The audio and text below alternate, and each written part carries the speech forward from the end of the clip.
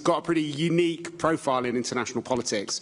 It's not just that there are not that many Iron Men who at the international diplomatic table, but he's also a remarkable scholar as well as a statesman. He's served as Finland's Prime Minister, Finance Minister, Foreign Minister, and since 2024, its President. And over the years, he's been involved in these different roles in practically every European crisis since 2008. And more recently, he's been in the headlines quite a bit as one of the main Trump whisperers in Europe with his pictures of him playing golf with the President of the United States and some of his messages being reprinted in international media. So we're going to talk about a lot of those things, but we're also going to take a step back from the day-to-day politics. And Alex is also the author of a fascinating new book, much recommended to everyone, called The Triangle of Power, which looks at some of these big seismic changes which are taking place to global order behind the headlines. So today we're going to try and both look at some of the short-term issues that have been dominating the news, but then to take a step back and think about how to operate in a completely different world that we've all been talking about and experiencing over the last few days. Welcome to this session, Alex. Maybe we should start with that, with the big picture, and then kind of end with the headlines. But in your book, you talk about how we're living through a hinge moment in history, and you compare 2025, 2026 to other periods where everything changed, like 1918, 1945, 1989. Can you maybe start just by describing where you think we're at and what these structural changes are which are driving a lot of the headlines that we are reading? Yeah, sure. I mean, in summary, you could say that the big argument is that for us, this is the 1918, 1945, or 1989 moment of our generation. It's a moment when the world order balance and dynamics are changing. Sometimes they happen after wars, like after World War I, World War II, or sometimes after periods such as the Cold War. And we're sort of somewhere in between. And we know that orders usually last, or at least have in the past century, 20 years, as they did after World War I, 40 years as it did after World War II, or 30 years as it did after the Cold War. And what initiated the change in the current liberal world order, I would argue, was Russia's war of aggression in Ukraine. So we're talking February 2022. I fully realize that this is a rather Western perspective of looking at things, but I admit fully in the book as well that my identity is Finnish, Nordic, European, transatlantic. So I look at my analysis looks a lot through that lens. And of course, it has now been accelerated, this change and transformation with the new U.S. administration. And the triangle of power for me is the global West, which used to be led, at least by the United States, trying to preserve the current liberal order. The global East, led by China, which was more supporting multipolarity and a new order. And then the global South, which unfairly I lump 125 countries into. But for me, that is the area and entities of the world that will actually decide what the next order looks like. And of course, now things move quite fast. I think the thesis still holds. But my big idea is that you kind of have a choice, which is fairly binary, but probably it's going to land somewhere in between. You have those who support multipolarity, which is about transaction and deals and actually spheres of interest, so not far from what we saw in the 19th century.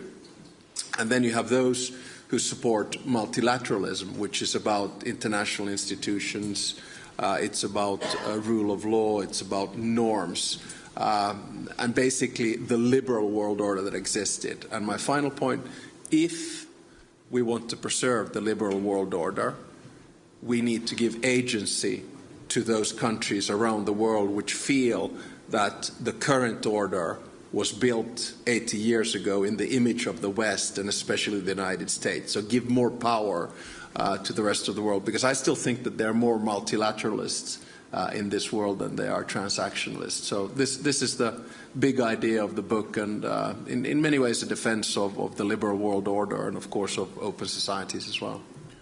So it's a really interesting framework for thinking about what's going on.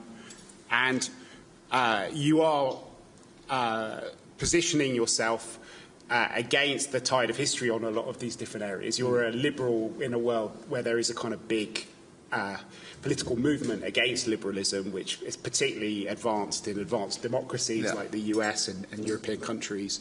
You're a multilateralist in a world where power politics is increasingly defining how events take place. And you say that you're a proud Atlanticist in a world where the meaning of the West is kind of fundamentally changing. How do you find a way of reconciling the world that you want to live in with the one that you're having to operate in on a daily basis? Yeah, I mean, so there's one thing I say in the book, and I've said out publicly as well, and also in a foreign affairs piece, which I published in a little while back, and is that in foreign policy it's important that you deal with a world that exists, not what you want to exist. And for that framework, I then came up a few years back with this concept of values-based realism, which essentially means that you stay true to your values, democracy, in my case, democracy, freedom, human rights, fundamental rights, protecting minorities, rule of law, supporting the international world order. But at the same time, you're realistic that you cannot solve all the world's problems, like conflicts or climate change or AI, only with like-minded countries. So you need to come together somewhere in a place to deal with it. I have to admit that when I crafted values-based realism, I wasn't really thinking about having to do it with the United States.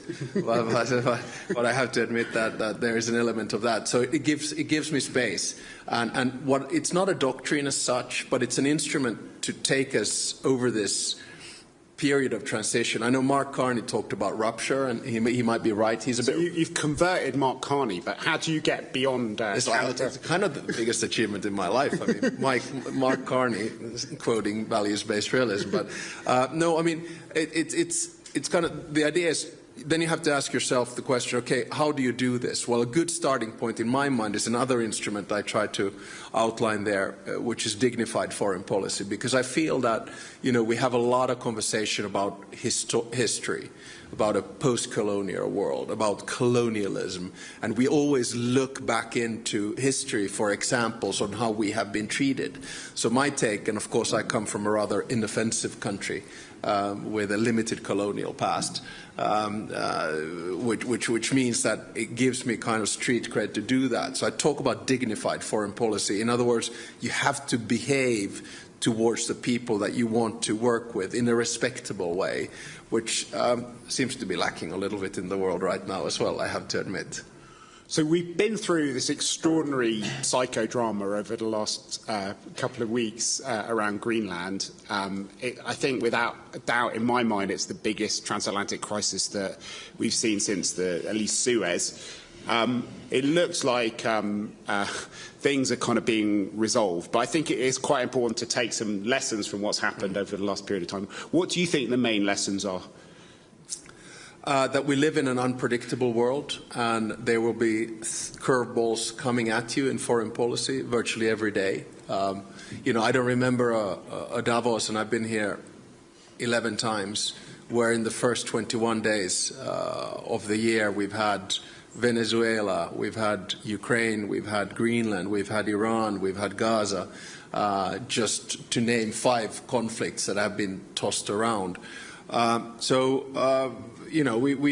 We just have to take these curveballs one at a time. In the Greenland issue, right in the beginning when it started, you had 2 camps. You had those in Europe who wanted to de-escalate, and then those who wanted to escalate to de-escalate. And I think most of us sort of worked in both of these spheres. So we were looking for instruments which would try to tone down the language by threatening escalation on different types of measures that the European Union has. But the key for me was to look at three possible outcomes or scenarios. One was good, one was bad, and one was ugly. The good one was that we would get an off-ramp and then a process which would strengthen Arctic security. A bad one would be an escalation in tariff wars. And an ugly one would be a declaration of military intervention in Greenland. And I think in the past 3 to 4 days, where we pretty much worked around the clock with Mark Rutte and Jonas Störe and American senators and others, we were able to escalate, to de-escalate, and end up in zone number 1. So good outcome. But at the same time, I can't say that this won't have an effect. Of course it does, because one of the key principles of the international order and how you treat alliances is that you respect the sovereignty and territorial integrity of each and every one of us.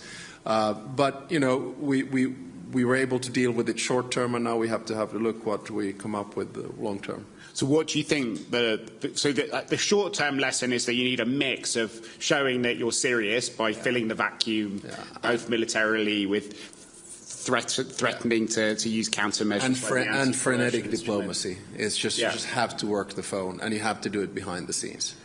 And in terms of the longer-term questions, I mean, you're a very passionate European. You've worked for the EU institutions as well as for your own government. You've been part of this fundamental transformation of Finnish identity from being a kind of neutral country to being one of the most passionate defenders of European sovereignty and of the EU. What do you think Europeans need to do now in order to make sure they can be sovereign in this new world that we've been talking about? The first just general observation is people don't realize this. Finland is actually the only Nordic country which is 100% EU member, in the sense that we are in the Euro. No opt-outs. Exactly. We don't, we're in the Euro and we don't have any derogations. And I think that the original decision for us to join the Union in 1995 in a referendum was based on security, though we didn't want to talk about it at the time. We never wanted to be alone again, so we did that. And of course on NATO, which I wish we would have joined much earlier, we ended up joining it also because, attacked Ukraine. So what's my advice to my European friends? That is to say that don't throw the baby out with the bathwater. We've been in transatlantic crisis before. You mentioned the Suez Canal. France left NATO. There has actually been regime change, or elections have changed leaders in Germany because of placement of different types of military equipment in Germany because of the transatlantic relationship. So I think be pragmatic, use the values-based, be true to your own values. So that means that you look for places where you can cooperate with the United States and the current administration. The war in Ukraine is an obvious one. NATO is another one. In my case, icebreakers, probably not in the case of the rest of you, but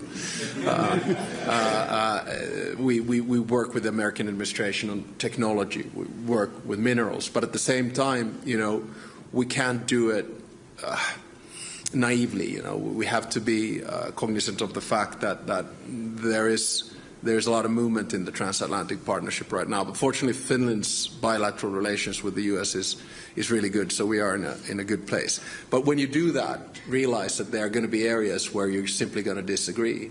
And you can tell that either publicly, which some people do, or then privately, which I do. So it could be issues linked to international institutions and American withdrawal from the multilateral system, or it could be on U.S. unilateral action. It could be on climate change. It could be on how we defend democracy, both at home and abroad. It certainly was on Greenland, where you don't have to be an expert of international relations to understand why Finland staunchly supports Denmark and Greenland. So you just have to be open in this relationship. And when you do that, I think there's 3 levels. One is, of course, for me, the direct contact with the president. But I don't have no illusions. I mean, Trump whisperer, nice, but I mean, I whisper or text, and most of the time he doesn't listen. So, so be realistic about it. Second level is people close to Trump. And the third level is actually the first branch of government. Senate and Congress in general. So you just have to work very pragmatically at it and believe that this transatlantic partnership will survive. So before we all became experts on Greenland and Greenlandic security, the biggest European security question was about Ukraine and its future, and that is something which is very much still on the cards, and we hear that Steve Witkoff is going to fly off from Davos to Moscow. And Jared Kushner. And Jared Kushner as well. You've been intimately involved in every single stage of the negotiations and discussions around Ukrainian security. How do you see the situation at the moment? Well, I think probably two remarks on that. One on the peace process and one on the narrative of the war. So on the peace process, I'm carefully optimistic in the sense that ever since, to be honest, Jared Kushner came in, the process became much more concrete. So yes, there was the 28-point plan, but if you look at what happened after G20 in 3 different cities, Geneva, Berlin and Paris. In Geneva, we had national security advisors from the US, from Ukraine, and from Europe, trying to suss out and bring it down to 20 points. Then in Berlin, we had a number of European leaders, and then Kushner and Witkoff, who came to look at common landing zones. And then in Berlin on the 5th of December, we had a meeting of the Coalition of the Willing. And in a broad perspective, I think we're almost there. So we have pretty much 5+2 documents, which have to do with the 20-point plan, security guarantees, the prosperity plan, a sequencing plan, and a few others. So the good news is that Europe, Ukraine, and the United States is on the same page here.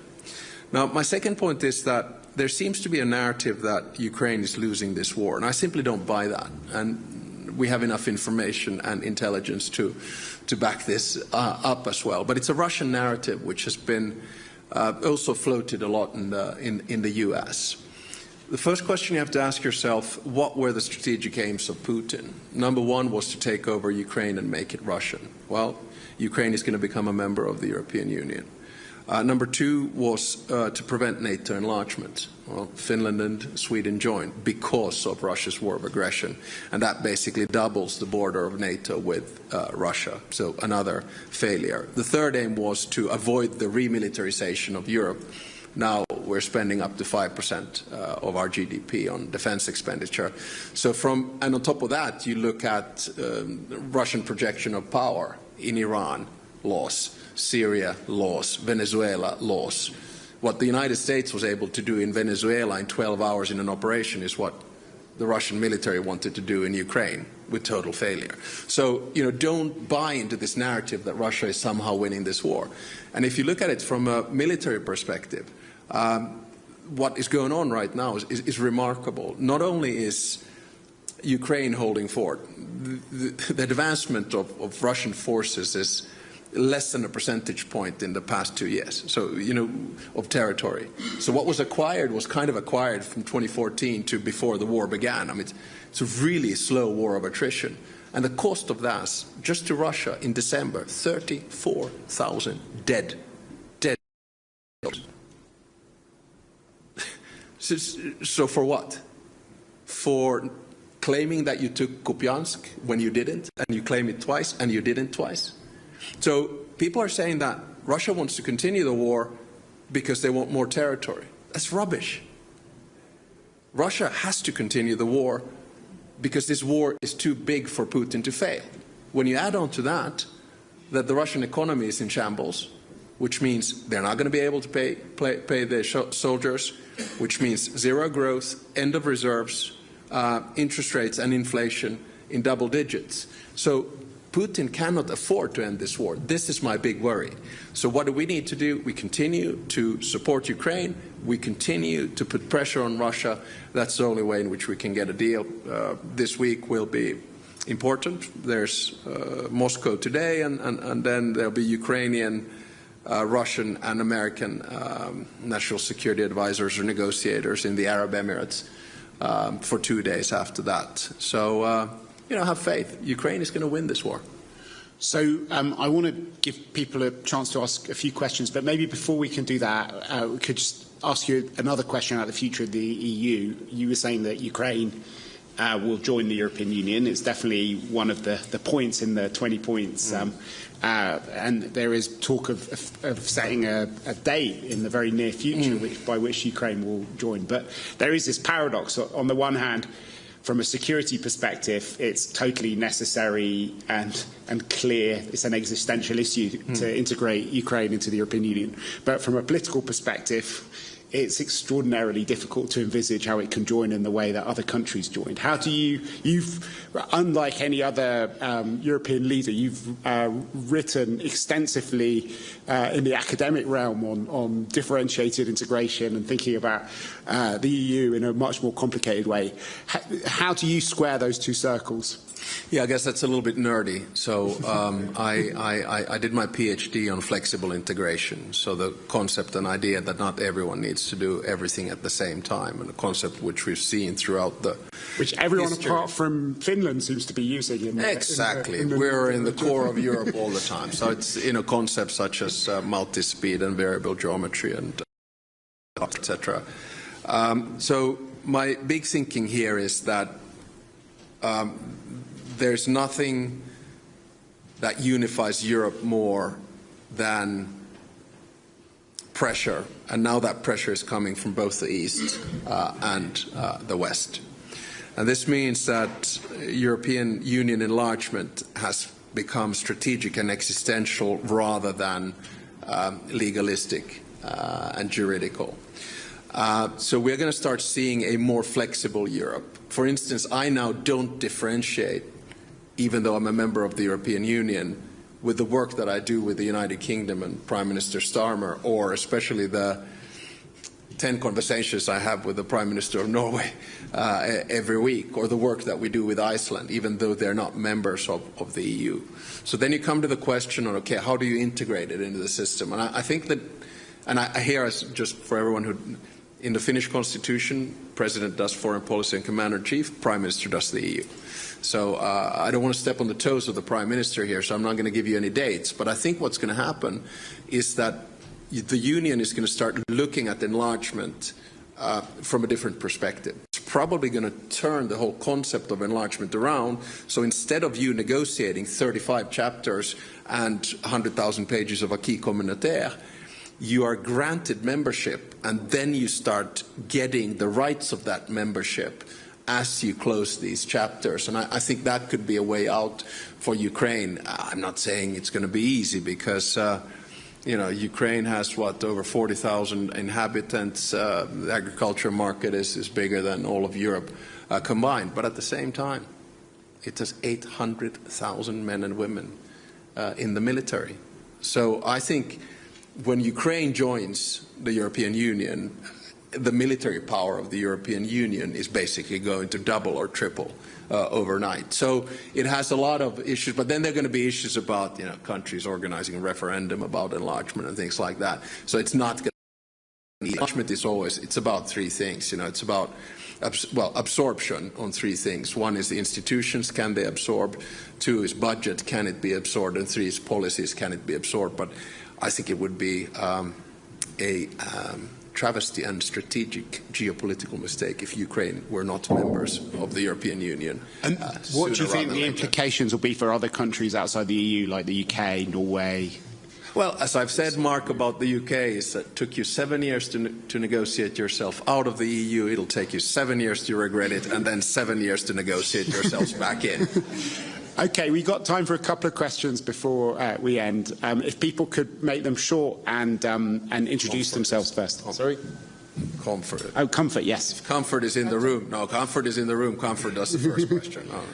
Thank you very much, President Stubb and Mark.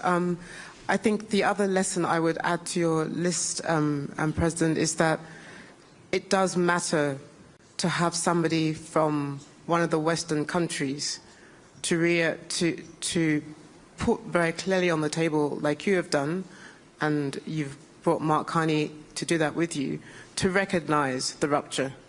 Yeah.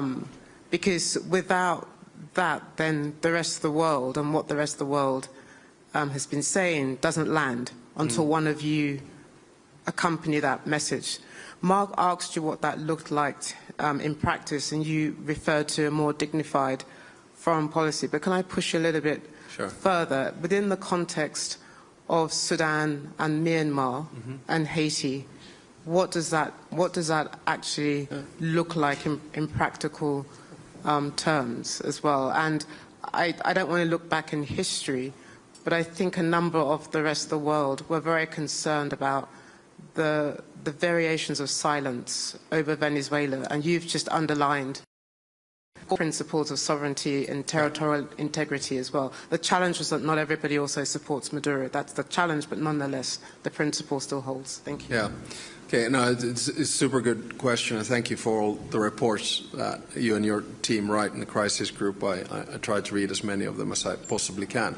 I think the three examples that you brought forward, Sudan, Myanmar, and Haiti, are examples of what happens when we are focused on other crises, whether it's on Venezuela, whether it's on Ukraine, whether it's on Greenland, whether it's on Iran, or whether it's on Gaza.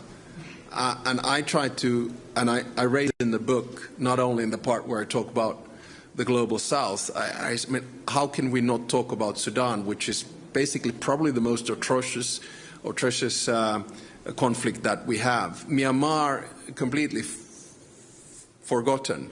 And we're talking about a country of, what, 55 million people, where over half are now living in poverty, and there's no such thing as human rights, fundamental rights being there. And Haiti, same thing. I personally find that I try to deal with as many conflicts as I possibly can, but in my mind, in foreign policy, there are things that I can say which will be based on my values, and then there are things and conflicts where I can do, like, for instance, on Ukraine. So I try to, pick my battles. But there's a legitimate claim on that. On Venezuela, complicated, because on one hand there's the element of breaking international law. I mean, you just can't go in and remove a leader. On the other hand, you're going, well, removing Maduro, is he a legitimate leader? So it's extremely complicated. I have to admit that in this particular case, I think values-based realism was a wonderful tool.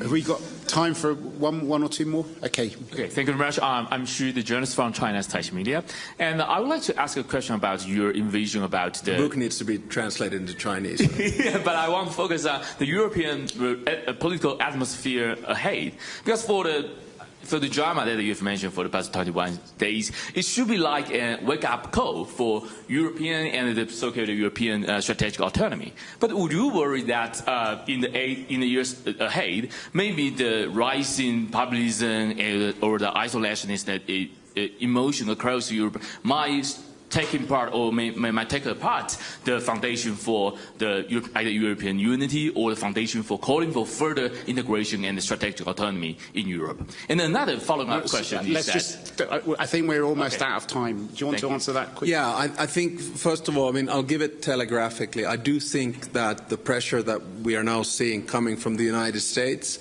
and also coming from Russia will actually lead to deeper integration, probably more strategic autonomy, or whatever you want to call it, and however you want to define it, and also to an enlarged Europe. But there's another thing that it will lead to, and that is Europe looking also elsewhere. So we're kind of hedging or de-risking a little bit, like Mark Carney said in his speech. Canada is 70% dependent on trade with the US. We are not in that situation. But we used to talk about de-risking from China. I don't hear that too much anymore, if you know what I'm saying. We're talking about de-risking elsewhere, which is an interesting phenomenon in all of this. And I think, Europe is doing the right geopolitical thing, a deal with Mercosur. I won't have issue with what the European Parliament decided on that yesterday, but nevertheless, moving on. Or a free trade agreement with India. So you're going to start seeing Europe and other players. So this is, in very many ways, I believe it is Europe's moment. And you are going to start seeing that. And I think we can cope with it fairly well. And just one final point. Europe used to be considered to be slow and legislative and bureaucratic and regulatory. Way too stable. And right now, people are looking for stability. So I actually think that a lot of investment will start coming into Europe as well, I mean, I'm talking about the EU-US thing. So I'm actually quite optimistic about the future of Europe because of COVID, because of Ukraine, because of energy, because of the US. Okay, so we got one final question, this gentleman here.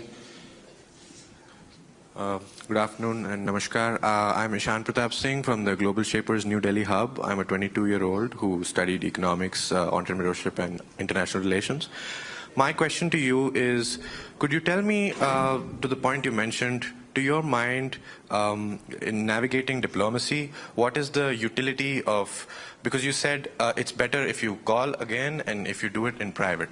So what's the utility of doing anything in public, and how has it been for you navigating it, and how have you been able to develop the skills to navigate this so well when it's a complicated environment to do so? Yeah, sure. Well, I mean, just to frame it, I think in foreign policy you have values, interests and power. And smaller players like myself, we have values and interests, but power becomes influence. And that's where diplomacy comes in. And I think we look at diplomacy, and we should look at diplomacy based on two pillars. One pillar is your traditional state-to-state relations. You know, what is the relationship between Finland and India? You know, values, interests, power, geography, history, culture. So that's one part, state-to-state, very formal. The other part is personal. What kind of a relationship do I have with the President of the United States or the Prime Minister of India? And then I, as a president, have to make the judgment, what are the things I want to say out in the public and what are the things that I can deal with in private? For me, this is almost like a family matter or friend matter. It's a question of trust. I mean, some things you just can't say out in the public, but you can, if you have a good relationship, then you can say them directly. And for me, that's not appeasement. Quite the contrary. It's respect, or it's using dignified foreign policy. And then sometimes we use the public arena for diplomacy, and it is an extremely important tool in foreign policy. As we can see, I mean, look, the President of the United States uses his Truth Social as one of the most powerful foreign policy instruments that we have ever seen before. So I'm not denying that, but it doesn't all happen in the public sphere. It can happen in the private one as well. So if I was a student now, I'd be looking at the sort of juncture of these two. Super interesting. Great. Well, that's all we got time for today. I'm sorry that we couldn't answer all the questions, but if you are still curious, Alex Stubb, the president, has just recorded a podcast with me on the world in 30 minutes, so you can hear even more of him there if you want to get his other ideas on different topics. But for now, I think this is the end of our session. Maybe you can join me in thanking Alex Stubb for a fascinating session. Thank you for coming.